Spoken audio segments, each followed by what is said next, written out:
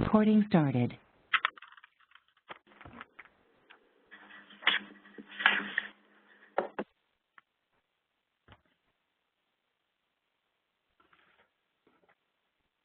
Good afternoon. This is Emily Hauser from the Hudson River National Estuarine Research Reserve Estuary Training Program. We are presenting this webinar, Conservation Strategies for Climate Change Resilience. We're broadcasting from the New Paltz, New York State DEC Region 3 headquarters, and our panelists are broadcasting from Poughkeepsie.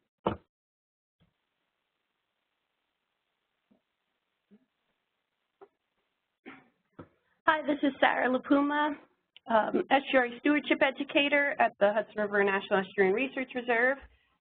Today, myself and Emily Hauser of the Estuarine Research Reserve are your hosts of this event. Our guest panelists will be Betsy Blair of the Research Reserve as well, James Mudd and Nava Tabak of Scenic Hudson, and Sacha Spector, formerly of Scenic Hudson, now of the Doris Duke Charitable Foundation. Thank you, Sarah. This is Emily again. There is a system of National Estuarine Research Reserves. There are 28 around the country. The Hudson River is one of those.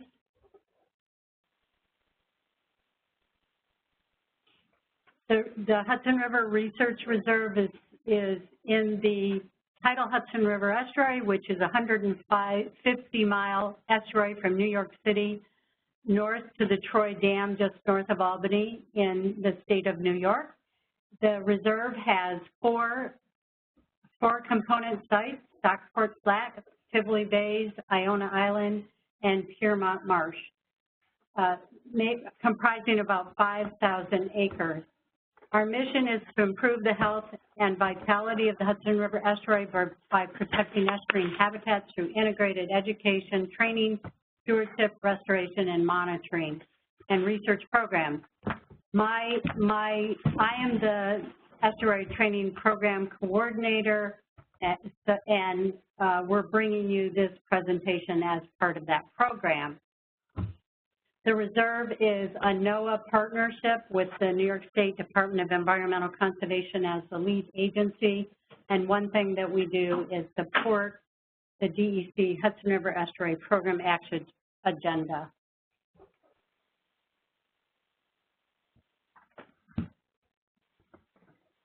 So this is our agenda for the day. We're doing our introductions right now. Then Betsy Blair is representing Fran Dunwell to talk about the vision of the DEC Hudson River Estuary Program Action Agenda.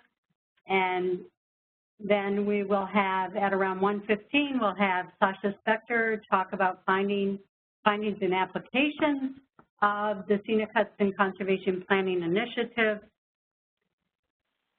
Then Nava Tabak will present on the Hudson River Tidal Wetland Migratory Pathways. And then we'll have Jim Mudd on the Hudson Valley Conservation Strategy. And then we'll conclude with questions and answers.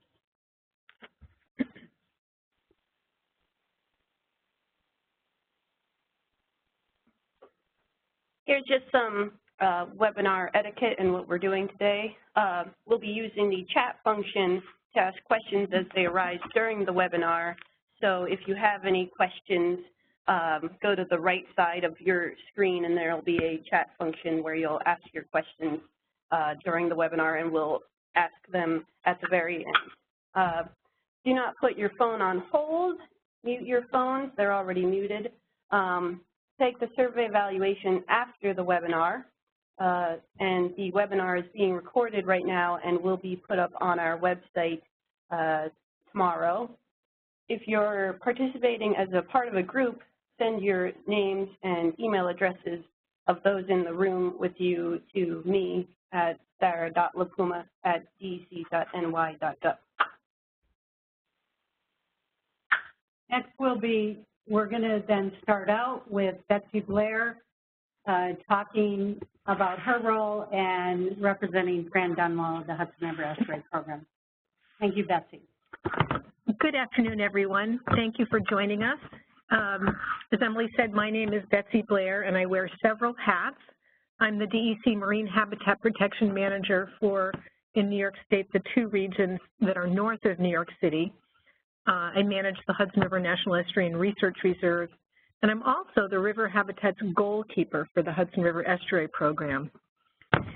In these capacities, my role is to foster the long-term conservation of tidal wetlands and other marine habitats. Fran regretted that she couldn't be here today, but she asked me to provide some important context on her behalf. So I'll do that.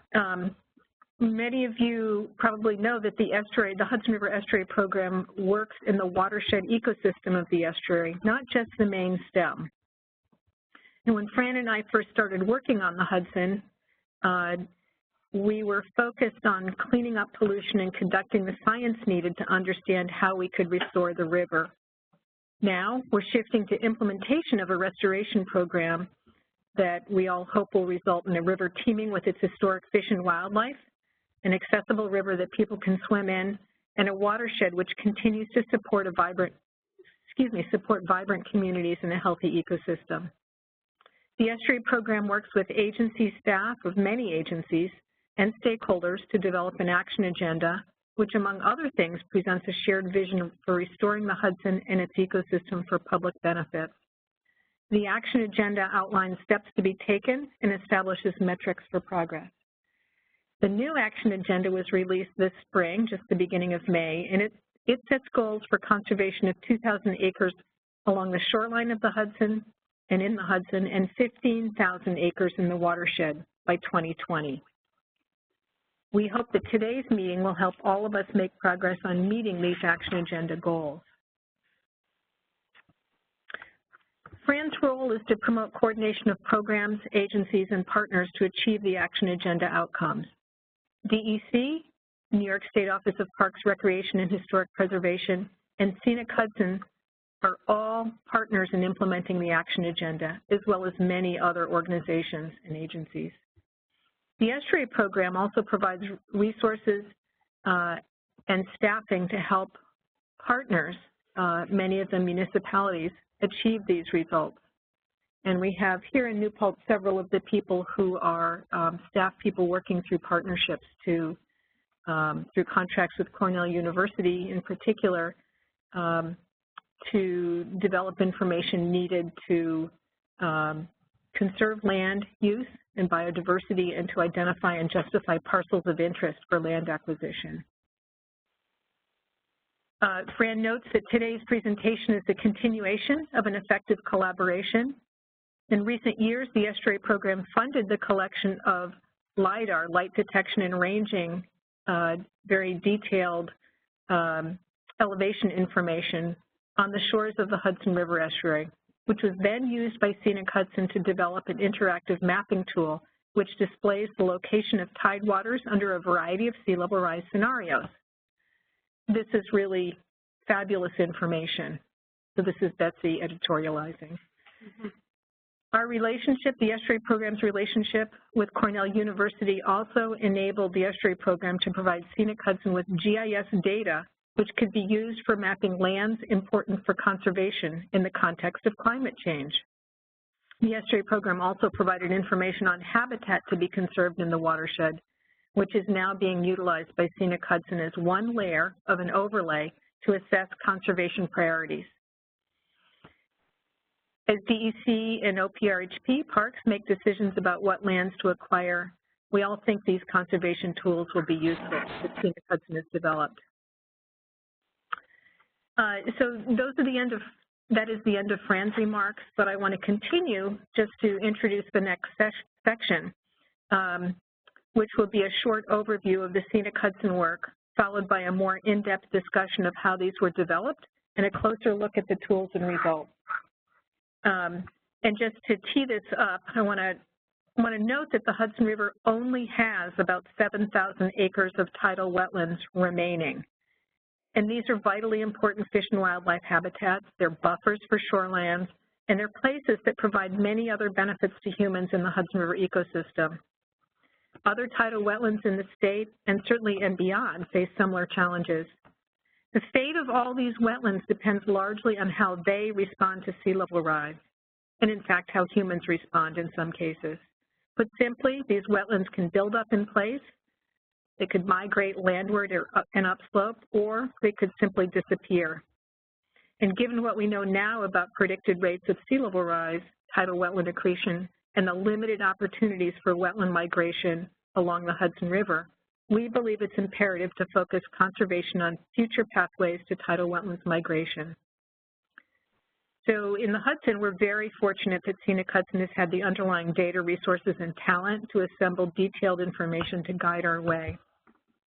So I'm really happy to be moving into the rest of this program. Thank you so much, Betsy. Next up, Sacha Spector will be speaking. Sacha, formerly Scenic Hudson's Director of Conservation Science, is now the Program Director for the Environment at the Doris Duke Charitable Foundation. Sacha has broad experience in the science and practice of conserving biodiversity and has published widely on setting landscape-scale conservation priorities, identifying key biodiversity areas, assessing impacts of landscape changes, predicting patterns of species invasion, and sea level rise adaptation. As Scenic Hudson's point person on climate change, he provided scientific guidance to ensure that Scenic Hudson's land acquisitions and stewardship practices benefit the region's most biologically important sites and prepare the Hudson River Estuary and its communities for climate change. Sacha is also an adjunct assistant professor at Columbia University and a research associate at the American Museum of Natural History.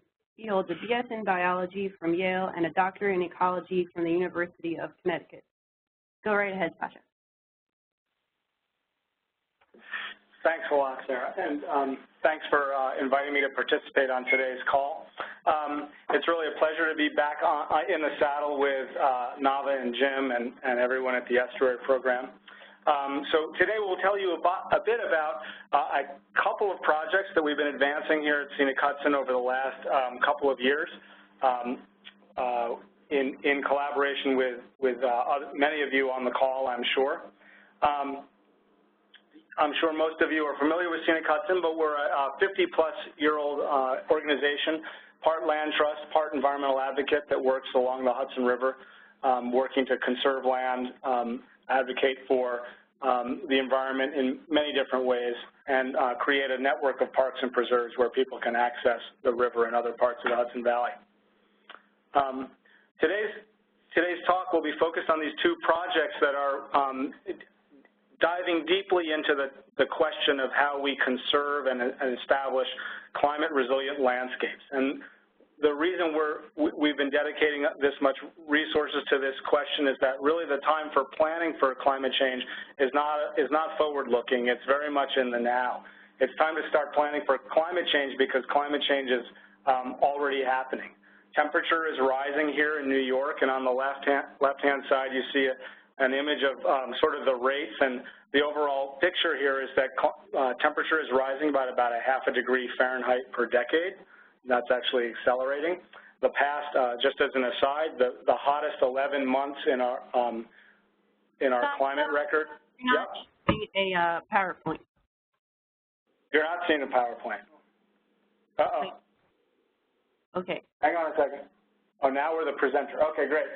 Can you see it now? You'll have to share your screen. Okay. One moment. You got to go under this. I'm over there. I thought it was over there. Oh, there we go. Okay. Share. Yeah. Share my screen, monitor 2. Yep.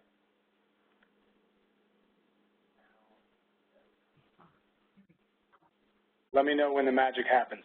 All right, we can see it now. Thanks. Great. Okay. Sorry about that, folks.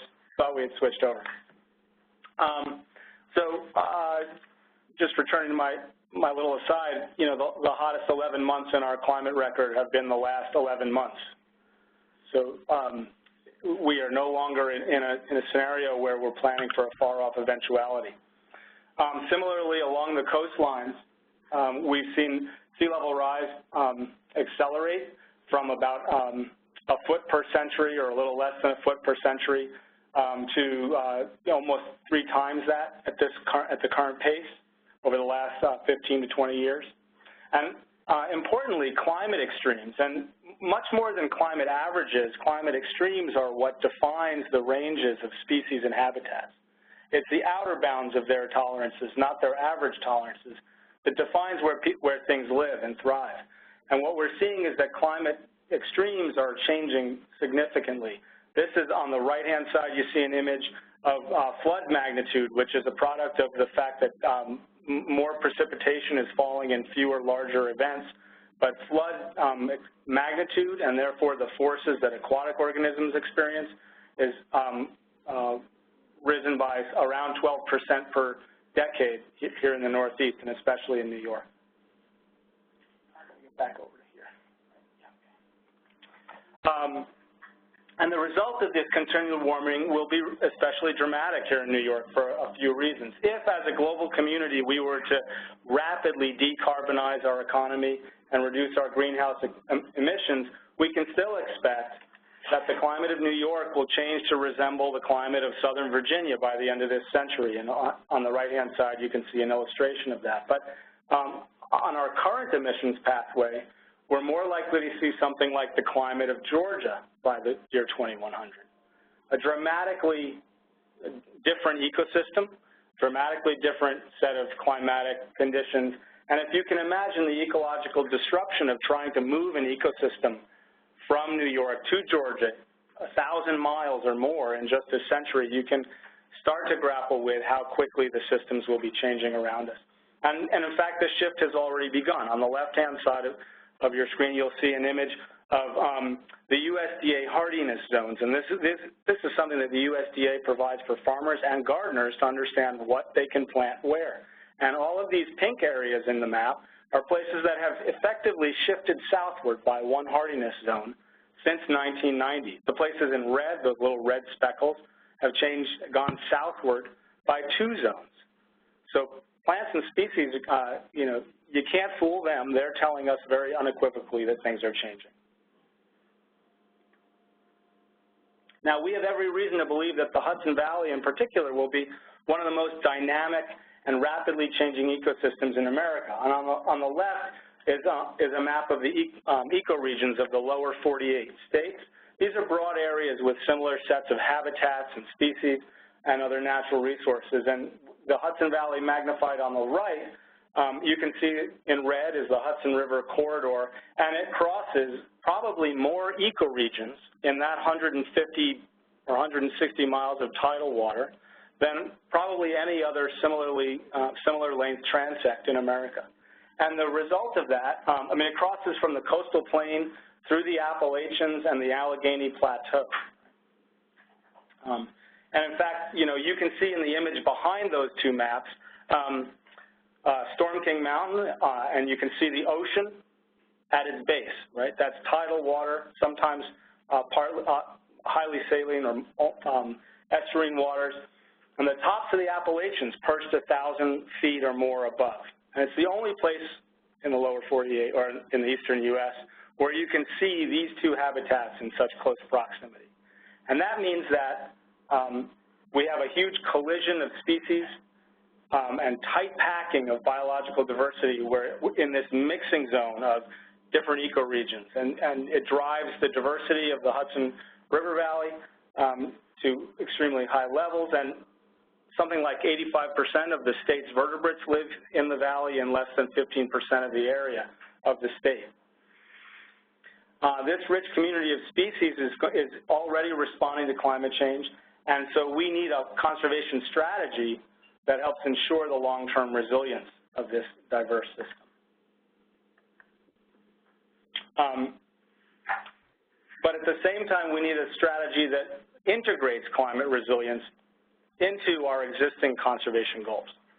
Climate is not our only objective. It doesn't supersede everything else we've worked for decades. And so what we're looking to do is create a conservation strategy that supports the biodiversity of the region.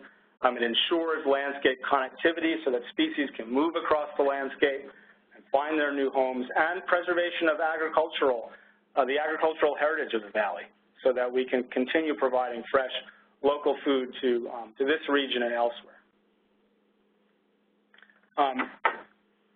We also need a conservation strategy that, that ensures we're efficiently meeting these goals, right? And we're doing it simultaneously, a strategy that sort of defines what success is so that we know how much conservation is enough when we can stop. And we need a strategy that builds on prior investments so that we're leveraging all of the hard work of the last century and a half in the Hudson Valley for conserving land. We want a conservation strategy that adds up to more than the sum of its parts, so that we're moving away from a patchwork of priorities and moving toward a strategy that ensures that goals like regional goals like climate resilience and landscape connectivity, which can only be met through coordinated action, are met so that all of our investments add up to more than the sum of their parts. By the way, on the right, this incomprehensible map is our attempt to map the New York State open space plan for the region. It's roughly 3.5 million acres in a region of 4.5 million acres. And yet there's no guarantee that if we were to conserve everything on here that we would get some of our regional scale goals. And that really brings home to me the need for a more coordinated approach to investing in conservation. Before I pass it over to Nava and Jim, I just want to also echo Betsy's comments that, all of this work and a lot of the other work that goes on here in the Valley in the conservation space is deeply collaborative and really builds on collaboration. As Betsy mentioned, a lot of the foundational data sets that are part of our analyses were supported through the Estuary program, through other partner research organizations and institutions in the Valley and in New York State, and so only some of them are mentioned here on the left, but we certainly want to recognize those contributions. So today we'll hear from Nava first, who will tell us about the Hudson River Tidal Wetland Adaptation Framework, or Protecting the Pathways, and then Jim will tell us more about this Hudson Valley Conservation Strategy, which incorporates a lot of the Tidal Wetland Adaptation Framework and a whole lot of other objectives as well. After that, we'll have a guided conversation and time for you to ask questions and hopefully get some answers. So with that, I'm going to turn it over to Nava.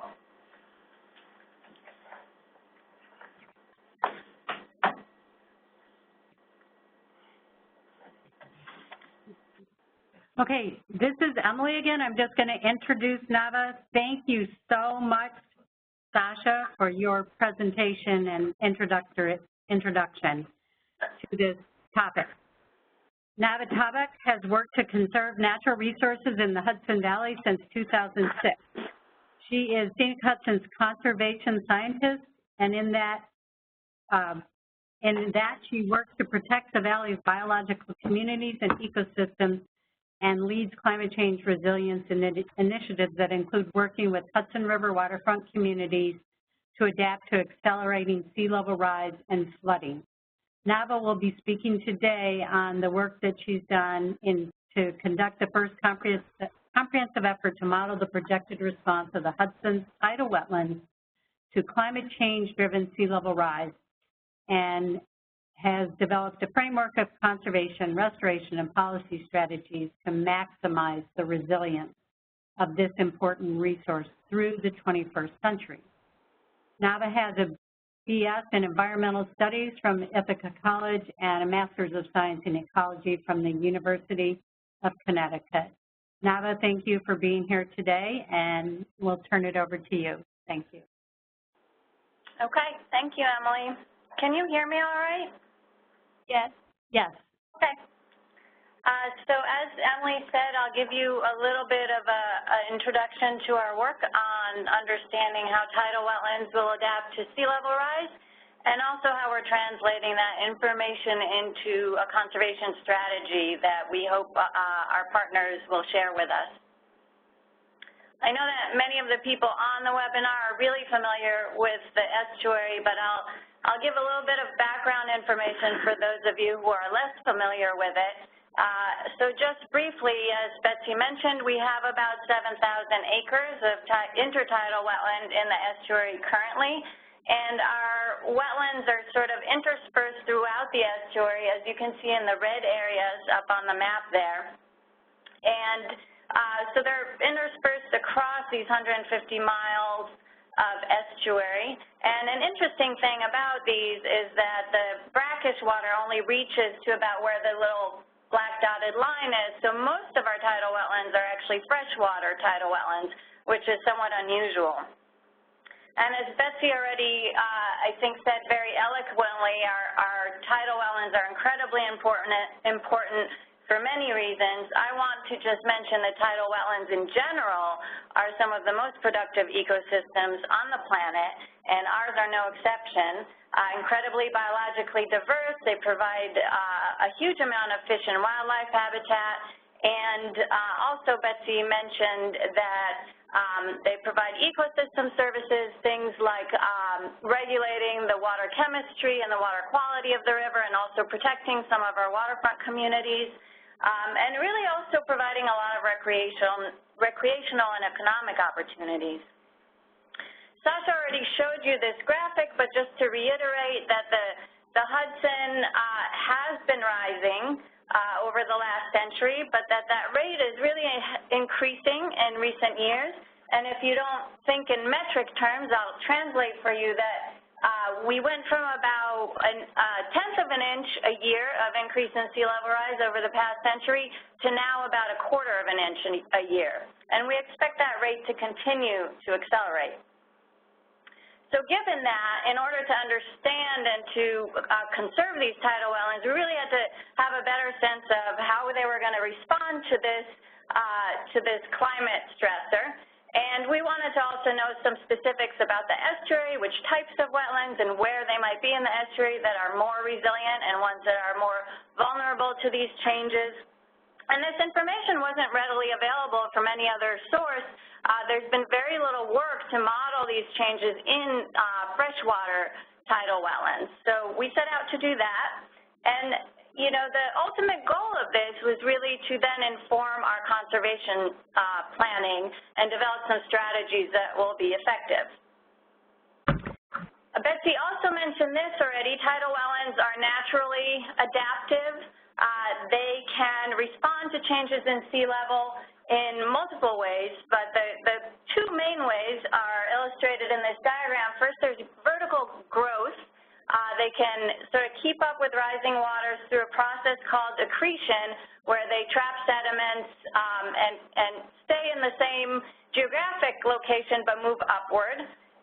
And they can also move inward as water rises. Now, the bottom piece of this graphic shows you, you know, the conditions that have to be in place for these two things to occur. First, you have to have enough sediment in order to accrete upward, and you also have to not have barriers in the way of migration inland. And there's other physical conditions and processes that go into how tidal wetlands respond to sea level rise. And because of that, we used a model called Sea Level Affecting Marshes that integrates a lot of these physical factors. And then it uses a decision tree to project how different types of land covers will change from one to the other based on these physical conditions, with sea level rise and accretion being the main drivers of this. And we were fortunate in the Hudson River Estuary to have a tidal wetland map from the year 2007, and we took that tidal wetland map and we had to convert those categories into categories that would work for this SLAM model. And so we had to simplify the wetland categories quite a bit. And this was something that has a great impact on what we can take from the results, and I'll touch on this a little bit more later. But what we ended up with is a relatively simple model with high marsh, low marsh, and tidal flat, and then at the lower end, of course, the estuarine open water. And you'll see this color scheme throughout the graphs and the maps that I'll show you, these two greens and the brown for tidal flat.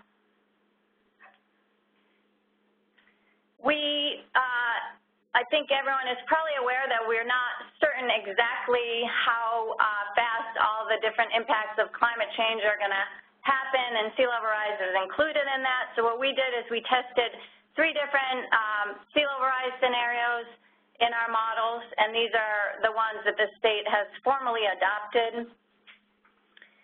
We also aren't 100% certain about what accretion rates we have now, much less what we'll have by the end of the century. So again, we tested 3 different levels that are based on ongoing studies in the Hudson River Estuary.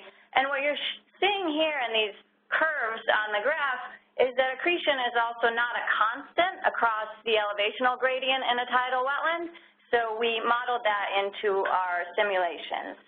So all in all, we had 3 sea level rise scenarios and 3 accretion scenarios. If we ran all of the different combinations, we have 9 scenarios to test. And what I'll share with you today is mostly going to be focused on the medium and high sea level rise scenarios with the different accretion rates.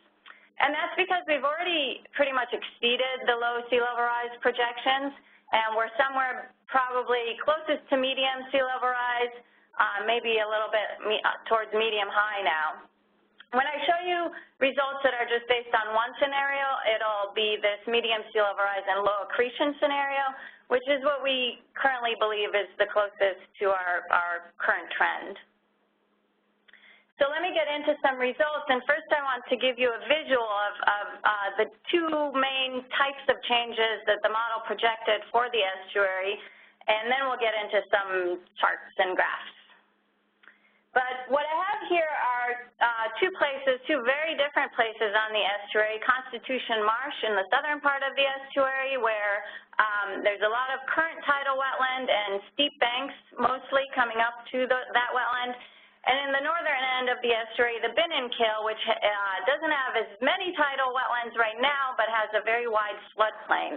So as I flick through a time series, if you keep your eye on the changes, you can see the losses to inundation projected at Constitution Marsh and the great gains that are projected for the Binnenkill.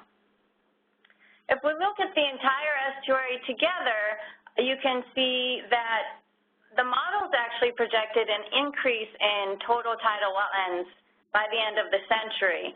And you can also see that in the coming decades that the difference between how much tidal wetland the models projected we would gain is really based on the sea level rise scenario more so than the accretion.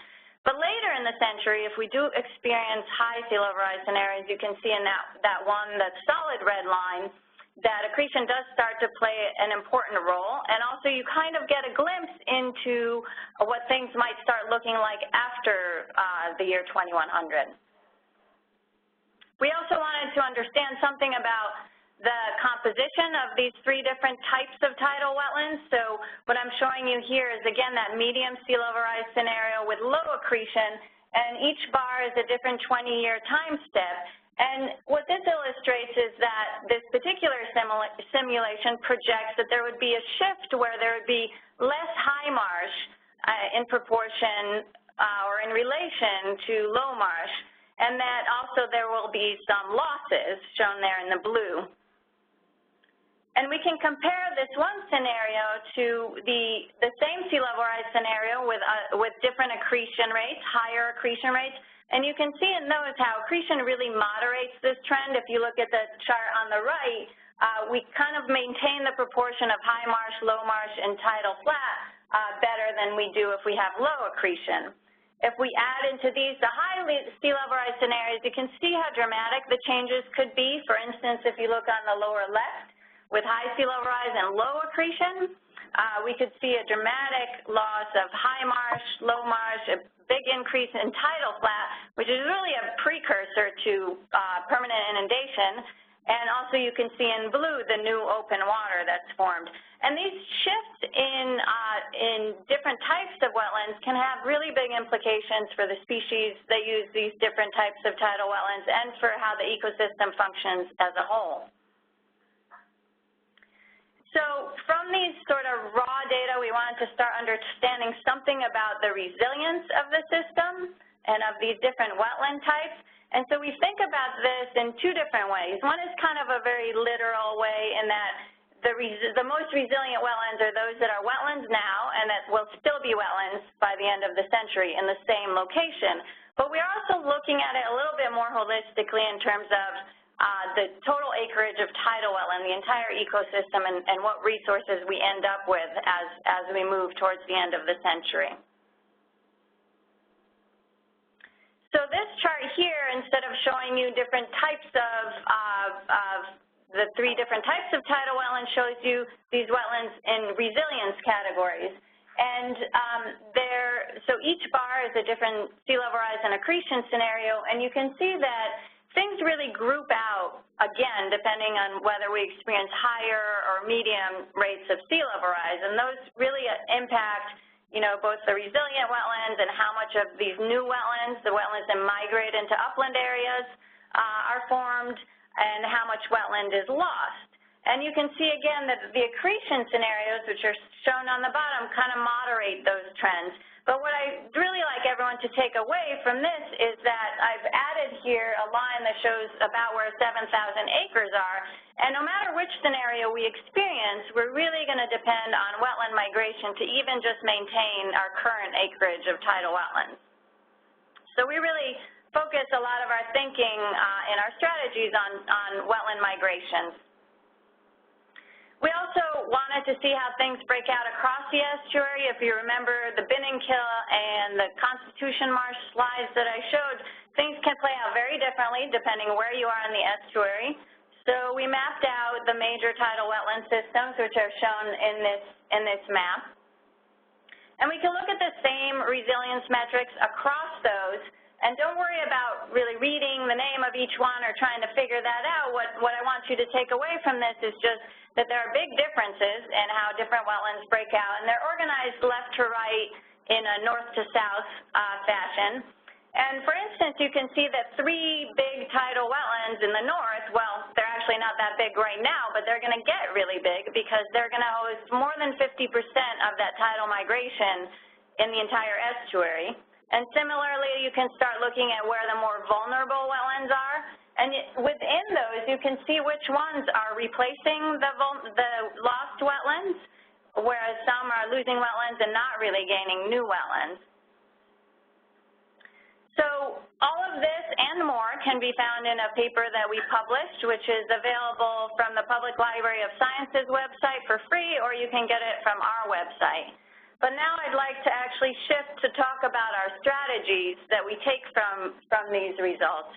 And we've after looking at the data more in depth than what I've had time to show you today, we've come up with three categories of the types of adaptations strategies that we're recommending. So I'll touch on each one briefly, starting with protecting the pathways. This is really trying to get at where we need to protect most. And the wetland pathways is an actual metric or a defined conservation unit. So I'll use Rogers Island just to illustrate to you what we mean by that. If in green here are all the tidal wetlands that are projected by the year 2100, all the categories put together, you can imagine that we take all of those 6 scenarios that we think are plausible, and we stack them on top of each other such that the darker the color, the greater the number of scenarios that agree that there will be some sort of tidal wetland by the end of the century. So this darkest area, which I've now highlighted in blue, is the place where we have the most confidence, because regardless of what model it was, they all said there would be tidal wetland in this area. But the wetland pathway is the entire envelope, this entire blue area, the world of possibilities within these scenarios for tidal wetland by the end of the century. And we've chosen this as our conservation unit because it's conservative in that it better guarantees that we will protect what needs to be protected, both on the low end where tidal flats actually convert to another very valuable type of wetland, which is not in our model, but those are tidal shallows, and also on the upper end, if we do experience the high sea level rise scenarios, or if we want to plan beyond year 2100, this envelope is useful for that. And then we started looking at where in the estuary are there tax parcels that need to be protected. And so Rogers Island is a wildlife management area, so you see in yellow it's already public or conserved. So, you know, check, that one is done. But there are plenty of other places along the estuary where we have a lot of projected wetland pathway and a lot of high confidence areas within those that still need protection. So we dove into a parcel analysis across the entire estuary, and what we found that within taxed parcels, we've already protected or hold in public ownership a little bit over 50% of the wetland pathway, which is great news. But looking at that unprotected portion, we're looking at, 4,900 acres and nearly as many tax parcels, which for those of you who work in acquisition, that's incredibly daunting and not something that seems like we could go after. But when we drill down into those, we found that if you protected only 125 out of those 4,700 parcels, you could protect more than half of that area that is currently unprotected of the wetland pathway. All of these 125 parcels are greater than 10 acres in size, and they each include more than 5 acres of the wetland pathway. And you can further prioritize if you choose. So, for instance, there are 20 of those parcels that have more than 30 acres of the wetland pathway, and if you conserve those, you would add up to about 1,000 acres of conserved land. So looking again at how this breaks out across the estuary, and I'm just showing now the wetland pathway and the higher confidence areas, those 20 parcels that have a lot of wetland pathway in them each are concentrated in 3 wetland areas. So these are the types of things we can look at now that we've drilled down to a parcel level. And some places, like going back to the Binnen Kill again, this is the currently mapped tidal wetland, and this is the wetland pathway with the high confidence areas, and you can see that we're pretty confident in what we're projecting here. And what I've added now in hatch lines there are areas that are already protected or public lands. So they extend beyond where the current tidal wetland is, and so they do a good job of protecting the wetland pathway as it expands. But there are other places like Papstani and Campbell Islands where the current wetlands, again, we're projecting big migrations and increases in that wetland pathway, but the protected lands are much fewer, and there's a lot of priority parcels because you get a lot of bang for your buck in those. And so for each of those 48 tidal wetland areas that we delineated, we can generate these statistics to tell you how much current wetland there is, how much, wetland pathway, how many priority parcels, et cetera. The next strategy we talk about is managing and restoring the existing tidal wetlands, and in particular those that we already have public and ownership of and conservation ownership. So looking at the green part of the pie chart, and I'm showing you the same graph I showed you before, except hatch marks now show where we have public and conserved land. And we have a lot of places we can work in because 20 of these tidal wetland areas have 65% of their area, of their wetland area that is already protected or in public ownership. And, the way to restore wetlands is not something that we invented here at Scenic Hudson. The Estuary program is already advancing this agenda well on fronts like removing barriers to wetland migration and restoring side channels and things of that nature. But our research really helps put everything into a geographic context, also highlights how important it's going to be to pay attention to the balance of the wetland composition, as I showed you earlier, and also allows us to look across the estuary and think about connectivity between these pieces of this pearl necklace, if you will, and how migratory species and species that are migrating in response to climate change are going to need, where they're going to need resources to be connected. One more piece of managing and restoring what we've already got is managing our public ownership of the lands. I just want to mention an interesting case about the lands, the underwater lands that are owned by the Office of General Services. The Office of General Services, in fact, owns more of the wetland pathway and the existing wetlands than DEC or OPRHP, but they're not really mandated to manage or protect these wetlands in the way that the other agencies are. And in particular interest to us are made lands, places where dredge from the shipping channel has been deposited in low-lying areas, and these are great places for wetland migration. So we've looked at how some of this looks at, with tax parcels, and so these 4 maps that I'm showing you show the wetland pathway in a yellow outline and then the OGS parcel in red. And so you can see that OGS owns some really important places, and this is just a sampling.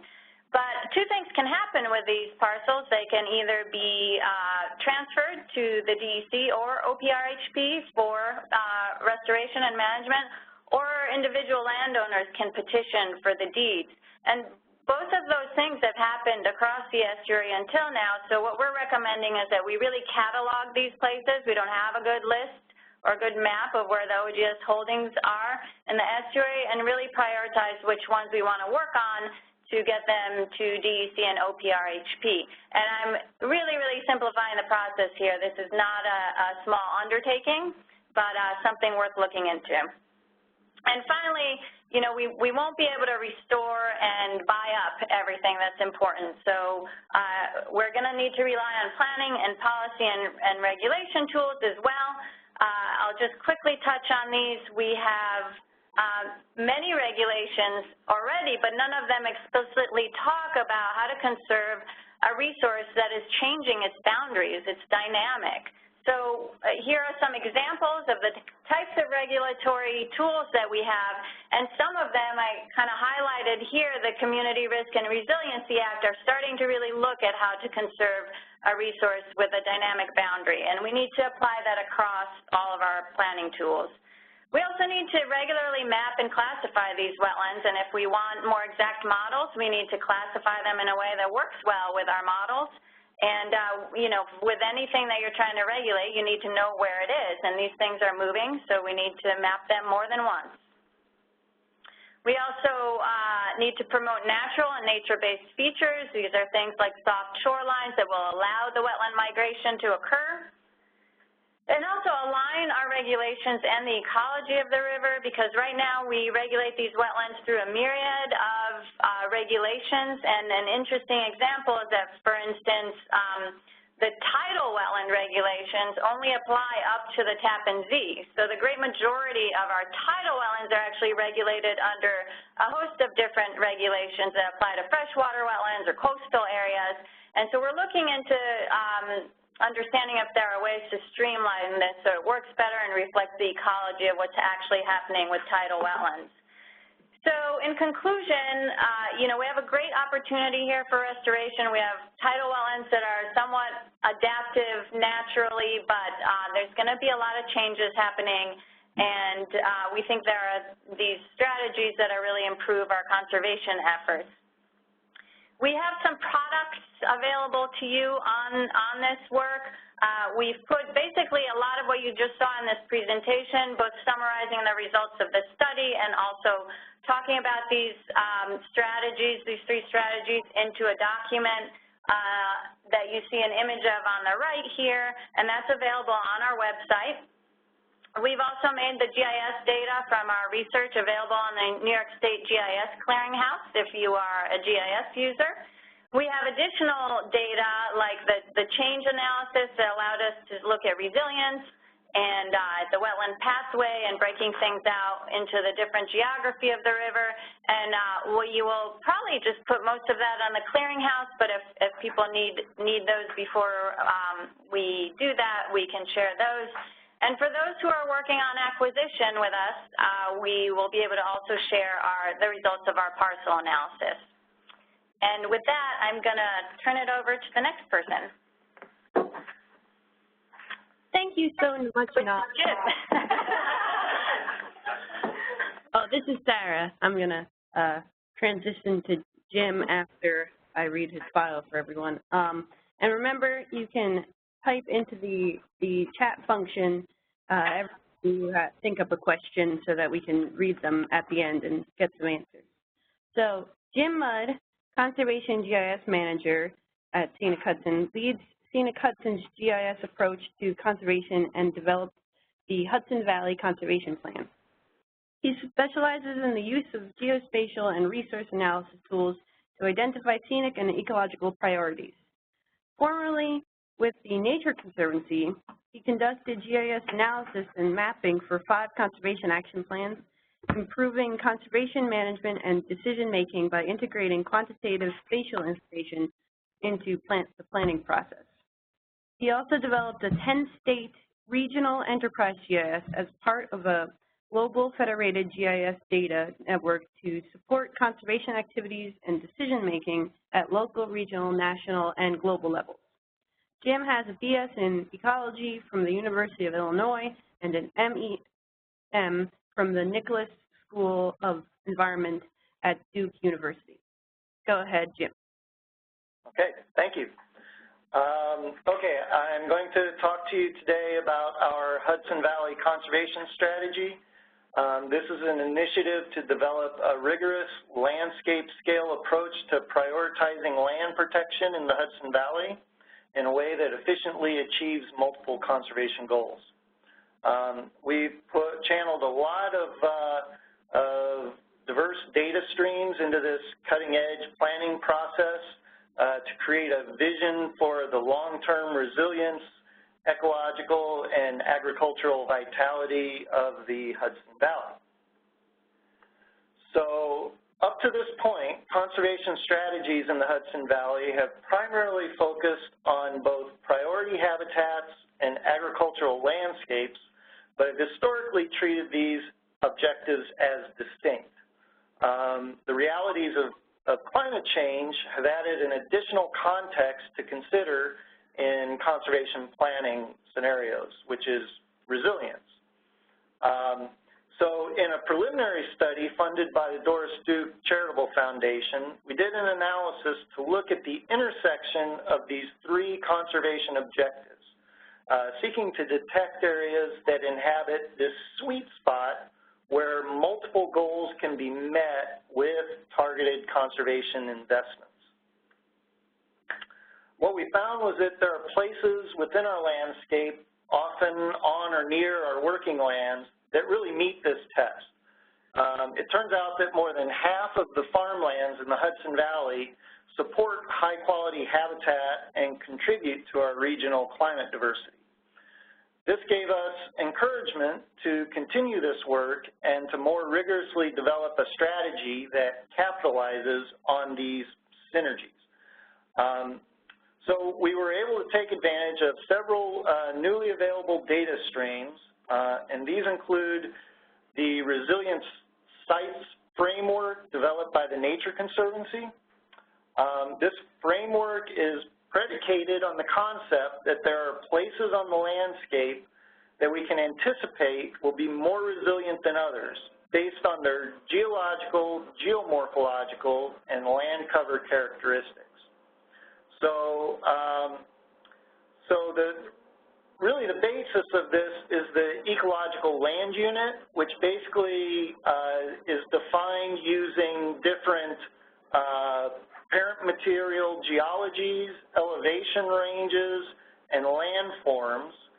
And so by conserving representative examples of all these types of places and targeting areas that contain especially high varieties of these ELUs, we will be conserving the full range of conditions that biodiversity really responds to. So we might not know which species will come to live there someday, but by conserving enough of each type of place and connecting all these places together, we can ensure that the full complement of biodiversity will have a place to persist. So the analogy is like you're conserving the stage and not the actors, but this allows you to conserve the play. So this data was developed through the Nature Conservancy Eastern Regional Science Office.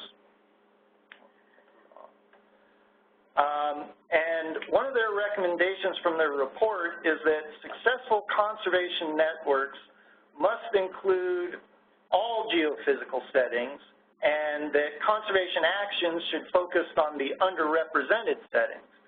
So in this graph I'm showing here on the right, these are really across the bottom are the ecological land units going from the low elevations on the left to the high elevations on the right, and the y-axis is the percent that the percent that is conserved of each one of these ecological land units.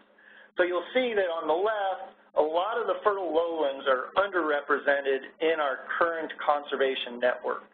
So agricultural protection can be a key to achieving these goals for these fertile lowlands.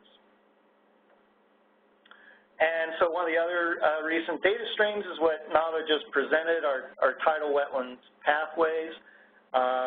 And so again, I'll plug her journal article that just came out and the report available on the Scenic Hudson website. So from a practical perspective, returning to what Sacha kind of posed in his introduction, how can we effectively integrate our multiple conservation goals, make them responsive to climate change, and ensure that we're rigorously defining the outcomes we want to see, we're building on past successes, and that we achieve a coordinated approach to meeting our goals. So that's what the Hudson Valley Conservation Strategy is trying to address. So we're trying to address these issues and establish a conservation prioritization framework that our regional community of partners can use for guiding conservation investments across the valley. We don't suppose this tool is going to supplant any individual missions or strategic approaches, but we believe that this can help drive our efforts towards places that, in addition to local benefits, can contribute to more effective and resilient regional conservation outcomes. So one of the key elements of this approach is that it allows us to explicitly define our conservation goals as a set of clear objectives and quantifiable targets that can be achieved. So for example, here we've described one of our objectives for the climate resilience goal, which is conserving sufficient representatives of all the ecological land units, those types of places I just mentioned. So we set quantitative targets that our strategy needs to achieve. In this case, 25 to 80% of each ELU will be conserved, depending on how common or rare that ELU is within the valley. So preserving more of the rarest ELUs. So I'm going to run you through all of the objectives and targets that we used in our model in just a moment. Another key element of the tool is that it leverages our current network of protected lands. So this foundation really provides the starting point for the tool and incorporates our previous conservation successes to build an efficient and cohesive conservation network. And please note that currently we have about 840,000 acres, and just remember that number because that's going to come back a couple of times. So to incorporate all this data into our conservation strategy, we used a tool called MarkSand. This is the most widely used systematic reserve planning software in the world, and it's been used by over 7,000 users in more than 100 countries around the world. MarkSand helps identify efficient landscape solutions that can simultaneously achieve many often competing conservation goals. So getting into our objectives and targets, for our primary goals, both each individually and for a combined set of goals, we developed a conservation network solution using this systematic planning tool. I'm going to show the results in a minute, but this is showing some of the quantitative data that went into defining our specific numeric targets. So the targets are quantitative and can be achieved for each objective, and then we use ecological and economic weighting factors to steer the tool towards areas of higher quality parcels that will also achieve our efficient solutions. So for our resilience goal, which is to ensure the climate resilience of the Hudson Valley, we set targets for ecological land units, which is data that was developed by the Nature Conservancy as part of their resilient sites work. We also set targets for the wetland pathways that Nava spoke about, and we used weighting factors for landscape complexity and freshwater resilience, and those also both come from the Nature Conservancy resilient sites data. For our landscape connectivity goal, which was to maintain the connectivity and ecological function of the Hudson Valley, we set targets for wetland and forest core areas, and the forest cores come from the Nature Conservancy large forest matrix blocks data, and the wetland cores come from the DEC Cornell Hudson River Estuary program. And we also had corridors linking these forest core areas, and those corridors also come from the estuary program. And then we used weighting factors for two separate levels of connectivity, one being the local or neighborhood connectivity, and one being more regional movement connectivity. And those both also come from the TNC resilient sites work. So for our third goal, which is our biodiversity goal, we set targets to ensure that we conserve sufficient representation of all the habitats in the valley. Again, scaling the amounts to ensure that we get up to 80% of the rarest habitats and less of the more common habitats. And we also set targets to conserve occurrences of the most threatened and rare species in the valley. So again, terrestrial habitats data coming from the Nature Conservancy, and we used the National Heritage Program, or Natural Heritage Program data on threatened and endangered species, and we set a weighting factor to steer the solutions towards the most critical habitats that those species occurrence depend on for their continued persistence. And so lastly, our farmland goal, we used Scenic Hudson's New York City Food Shed Plan data to set numeric targets for a minimum number of farms within each one of our farmland clusters, and also a minimum acreage in each farmland in each cluster. And this reflects our understanding that it takes a critical mass of farm operations to keep a farming community viable. And we also want to ensure that we're not losing any agricultural acreage at the macro level. So then finally, we took all of these data and targets and put them into a multi-objective goal that simultaneously meets all of these targets and objectives. And this just represents an incredible depth and range of data streams going into developing these results. So getting more into the planning tool, this is a spatially explicit systematic planning tool where we defined individual units that the tool will aggregate to develop conservation networks.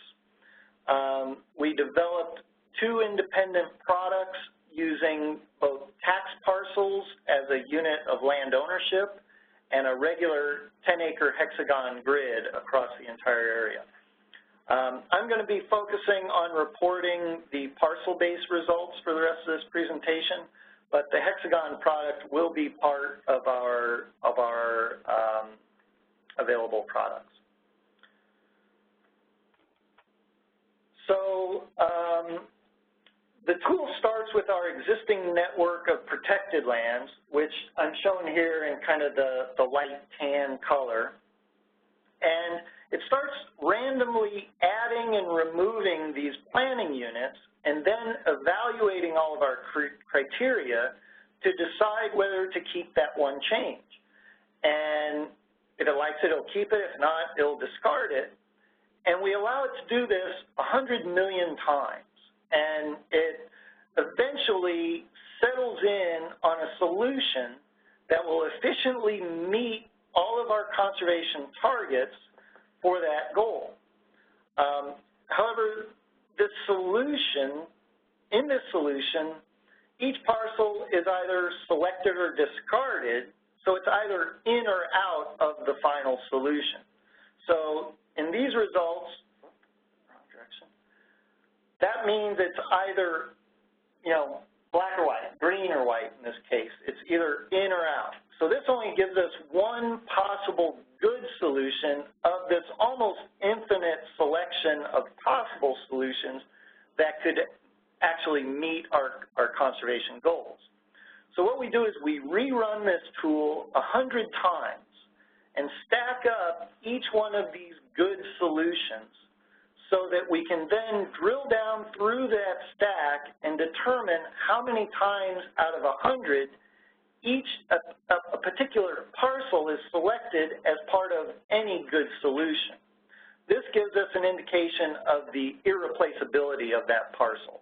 So how important is it for contributing to any good solution to meet that goal? So we can represent this data as more of a gradient from light green to dark green with increasing irreplaceability. So you can see in these two magnified areas, the upper one is showing the either in or out of one particular solution, and the bottom is showing the more gradient of the irreplaceability. So getting into our results, this is what it actually looks like. So this is for our climate resilience goal. And so the best solution is, you can think of it as the minimum footprint needed to achieve all of our quantitative targets for that goal. So in this case, to meet our climate resilience objectives, the best solution is about 1.2 million acres. But remember, we have 840,000 of those acres already conserved. So that just leaves about 400,000 acres left to protect. And of that 400,000, almost 300,000 have an irreplaceability greater than 90%. So that gives us a lot of confidence of where we can conserve to efficiently meet our objectives. And I understand that these are very large numbers, but even taking into account what's already protected.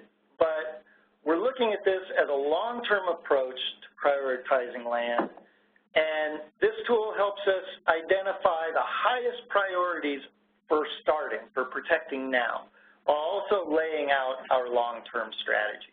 So this lets us know where to start.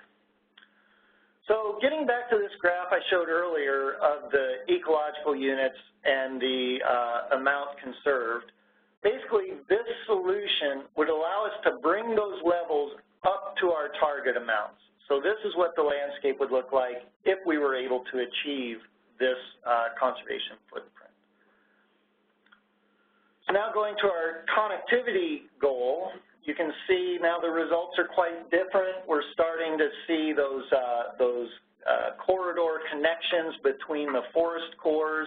A little bit more land area required to achieve these targets, about 1.4 million acres, which leaves about 600,000 left to protect. And again, of that 600,000, 500,000 come out as greater than 90% irreplaceability. So really the areas that we have the most confident where we can start doing our protection activities and achieve a contribution to our target. And then for our biodiversity goal, again, 1.2 million acres, about 365,000 left to protect, and again, a great signal with 275,000 acres of irreplaceable parcels. So this is when we take all of those data and put them all together into a multi-objective model. So here you can see how all these pieces are coming together. We can see our connectivity occurring in here, and if I had a pointer, I could show some of the areas going into biodiversity. But again, so this is telling us that really our best solution to meet all of our conservation goals is about 1.6 million acres with almost 800,000 left to protect and 600,000 being highly irreplaceable. So again, these are very large numbers, but if you think that we've already conserved 840,000 acres in the Hudson Valley, we're over halfway there. So it's all downhill from here. So I know it's kind of hard to see these results at this scale, so let's zoom into an area so you can see a little better what's going on. So this is you can see towards the center there, that's the Kingston area with a lot of the Catskills up in the left and the Shawangunk in the bottom center. And so here's our results. If we start to overlap some of our input source data, this being our forest cores and connectivity corridors, we can see how the results are starting to mirror some of that source data. We're starting to see high priority parcels coming in these core and corridors. If we now look at our rare and threatened species data, you can see how these irreplaceable parcels are capturing the highest priority endangered species. And now we layer on our food shed conservation clusters, and I've highlighted the farms that are highly irreplaceable. And you can see where we're starting to get some farmland that is overlapping with our other goals.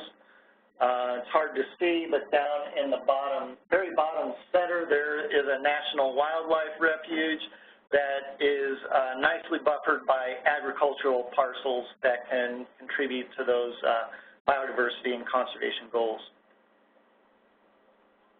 So when we layer it all up, you start seeing those patterns between the source data and the results.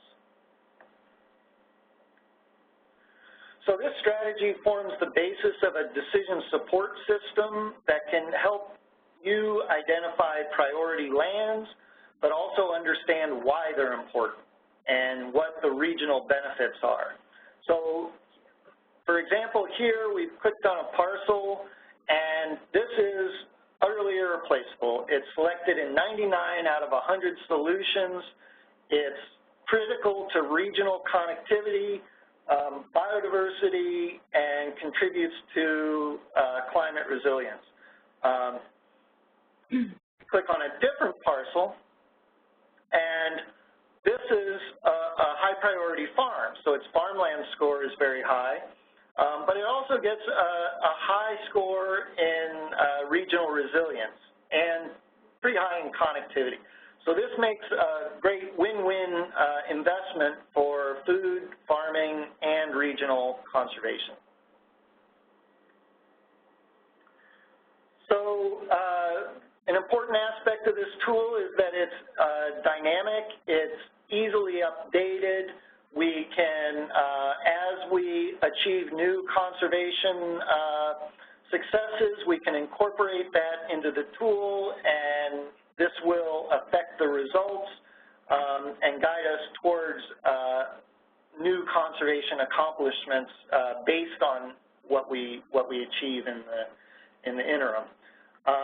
New goals and priorities can be incorporated into the tool over time as our understanding of the system and our priorities change, and it provides this decision support for the neighborhood. So properties that may not be identified or selected as the most irreplaceable may have other irreplaceable parcels in the neighborhood that may be taken into consideration. So some of the products and tools coming out of this effort, we are preparing a downloadable GIS data package that will have full documentation, and that will probably come out refreshed on an annual basis. We're going to be creating streaming map services that GIS users can incorporate directly into their map products. Those can be updated more frequently, and those will represent the current best information we have. And we're also looking at developing some online web applications with interactive decision support tools for people who don't have access to their own GIS or want quick answers to their questions. So that'll all be coming out soon. We've benefited from consultation from a great technical advisory team, and we've gotten impact and feedback from a wide range of stakeholders.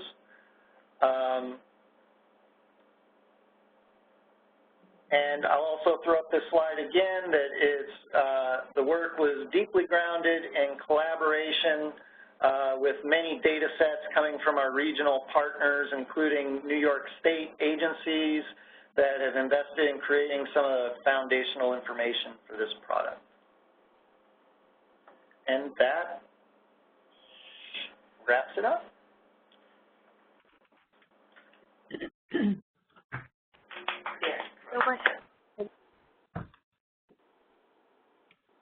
Thank you so much, Jim. Right now we have no questions from our chat box, but we can open up the mics and unmute you and ask and let people raise their hands, and we can call on you if there's questions. And so we could also open up. Does anybody in our room in New Paltz have a question? Yes. Hi, Sasha and Nava and Jim. Thank you so much. That was really great. And that was my second time through, and I learned a lot, which I'm not sure if that speaks to the quality of the second presentation or something about my retention. But in any event, my question has to do with the, Jim, your presentation where you're identifying numbers like 1.25 million acres of land being a target and then subtracting out a large number of lands that have already been conserved, leaving really the goal for future acquisition and protection. And I'm just wondering if does that presume that all the lands acquired already were good acquisitions from the standpoint of meeting those criteria? No, it doesn't. It's just quantifiably accounting for those lands and how they contribute to the goals. We can run the model, though, without those initial lands, seeding the model, and basically say, if you had a blank slate to start all over again, what would you select and how much would you select? And then layer that on with the existing lands to see how well have we done up to this point. Mm-hmm. So that's something that would be very interesting, and we've talked about doing, but the reality is they're already conserved, they're already contributing to those regional goals, so we're going to include them. But we could go back and somewhat evaluate what we've done up to this point. Great, thank you. Sure. Let's see. We have a few questions. Tracy Tomager asks, is the MarkSand software available for free? If not, what is the cost for DEC if we were to get it? Sure. Well, the answer is yes and no. Yes, it is available for free.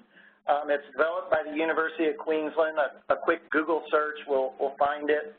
But the real cost is coming up to speed on how to use the software. It's university software that it was developed many years ago. It runs at the DOS prompt. There's a lot of data prep goes into preparing the data before running the model. So we spent several months just figuring out how to run it and get it working before we really started building our model. So there's definitely a ramp-up time to using the software, but there's no actual cost for the software itself. Okay, thank you. Sounds difficult in DOS. Does the Marksan model take into account changes in biodiversity, for example, species composition based on climate change? From Carl Alderson. It doesn't, or at least we didn't, but it could. So there's no data type here that is precluded from working in the model, and we could certainly sort of have it, for example, set other targets for future distributions of certain species or certain habitat types. We chose not to do that, although some data, there's actually quite a bit of that kind of data available for New York State. We chose to focus on the TNC Resilient Sites Framework as a proxy for future distributions, which doesn't assume that we know where those things are going to be, just where the underlying conditions are. So but there would be nothing to preclude us from trying to do that. Okay, thank you. Okay, Betsy has another question. Does the Marksan, with the tidal wetlands migratory pathways analysis, it whittled the list of potential acquisitions from something like almost 5,000 acres down to, 125 projects. Is there a way to do that kind of analysis with these very cool Marksan results that you get to be a little bit more prescriptive about where to go? Where to invest the 2017 dollars? It only goes so far down. That kind of gets at the irreplaceability greater than 90%. That's kind of the level of detail it's going to give you. So if it's 100% and there's still, several 100,000 acres, that's the best of the best as far as the model is concerned. We kind of see it as kind of meeting in the middle. So you're starting with these very regional goals, and that brings you down to a certain level where these are all the areas that can efficiently meet those goals. And then you start with your local strategies and say, well, these are the areas we're interested in working. How does the areas that we're interested in match up with those regional goals? So it's kind of, you still need to kind of come from the bottom up, I think, to really prioritize those specific projects within this regional framework.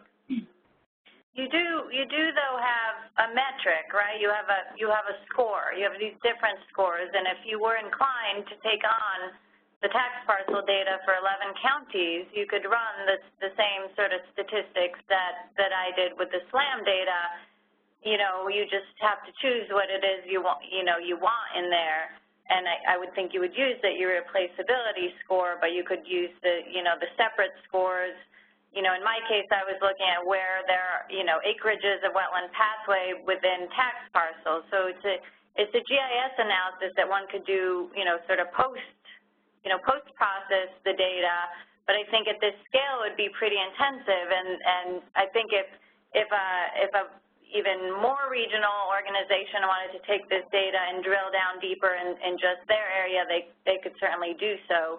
But I think that, you know, Jim's point, I would support it, that the model does that. At this large scale, the model sort of does that for you. So you could envision a local land trust focusing in on what the model has indicated for that region and applying other criteria, for instance, availability or particular donor interest in a subset of those areas?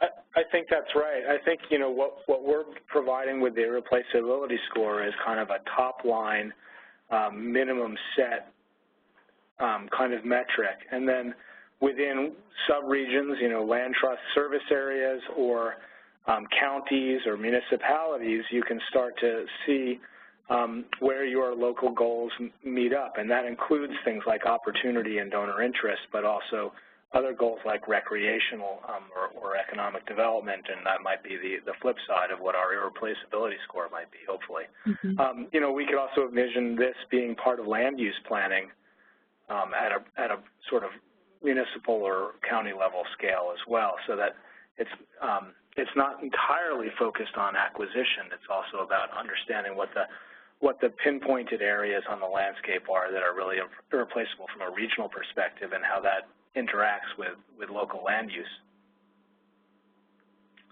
Good, thank you. Are there any more questions? We don't see any in the chat box. If you want to be unmuted, we can, you can raise your hand and we'll call on you. I'll ask a question. Okay, well, we have one more in this room. All right, Libby here. Hello, that was great. I have a question on SLAM.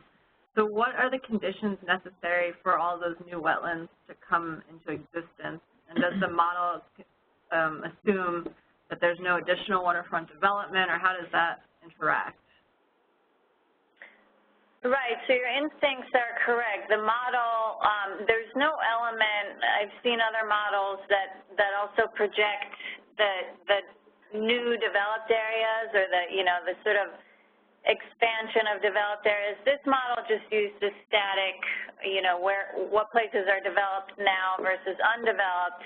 And so, that great migration we're showing is a rosy scenario. That's the best case scenario. And as we know, there's a lot of development pressure still on our coastlines. It also didn't explicitly account for things like rocky shores, or other barriers that didn't show up in the developed versus undeveloped land data. So if someone has a stone wall that the elevation, like a concrete wall or some sort of hardening of the shore, unless the LIDAR data picked up that the elevation was higher behind that wall, the model doesn't, wouldn't explicitly account for that. So the point that perhaps I should have made more clearly is that this conservation opportunity is dependent on a lot of action on our part. And also that this is a model that's really just meant to give us the first glance on an estuary-wide scale of what's going to happen, and we fully anticipate that if someone is going to do a restoration project or is looking at an individual wetland area, that you, one, would get better detail on the land cover and run the model specifically for that wetland. Okay, so I shouldn't be as optimistic as I wanted to be. Well, we like to encourage optimism, but we're guardedly optimistic. Okay, cool. Thanks. Thank you, Nava. We do have one more question, and that is, in the model runs, how were already protected lands handled? And specifically, was the model ever run on protected lands? And that question was kind of, a similar question was asked, but I think they mean this differently. Go ahead. Are you asking about in SLAM or in the Hudson Valley Conservation Strategy? It looks like the Hudson Valley Conservation Strategy. Well, the protected lands is the starting point of the model. So when it starts, it's like the only thing that's in there are the protected lands. And then it starts adding new parcels randomly and evaluates all those targets and says, is this a good change or not, and then either keeps it or discards it. So the current protected lands is the foundation of every run. So they're locked into the model. And it's just all those source layers are evaluated based on what's the acreage contribution to ecological land units and habitats and endangered species, and all that is taken into account. So, yeah, the question was more geared towards whether or not you could use the model to evaluate the effectiveness of the existing protected lands. Yeah.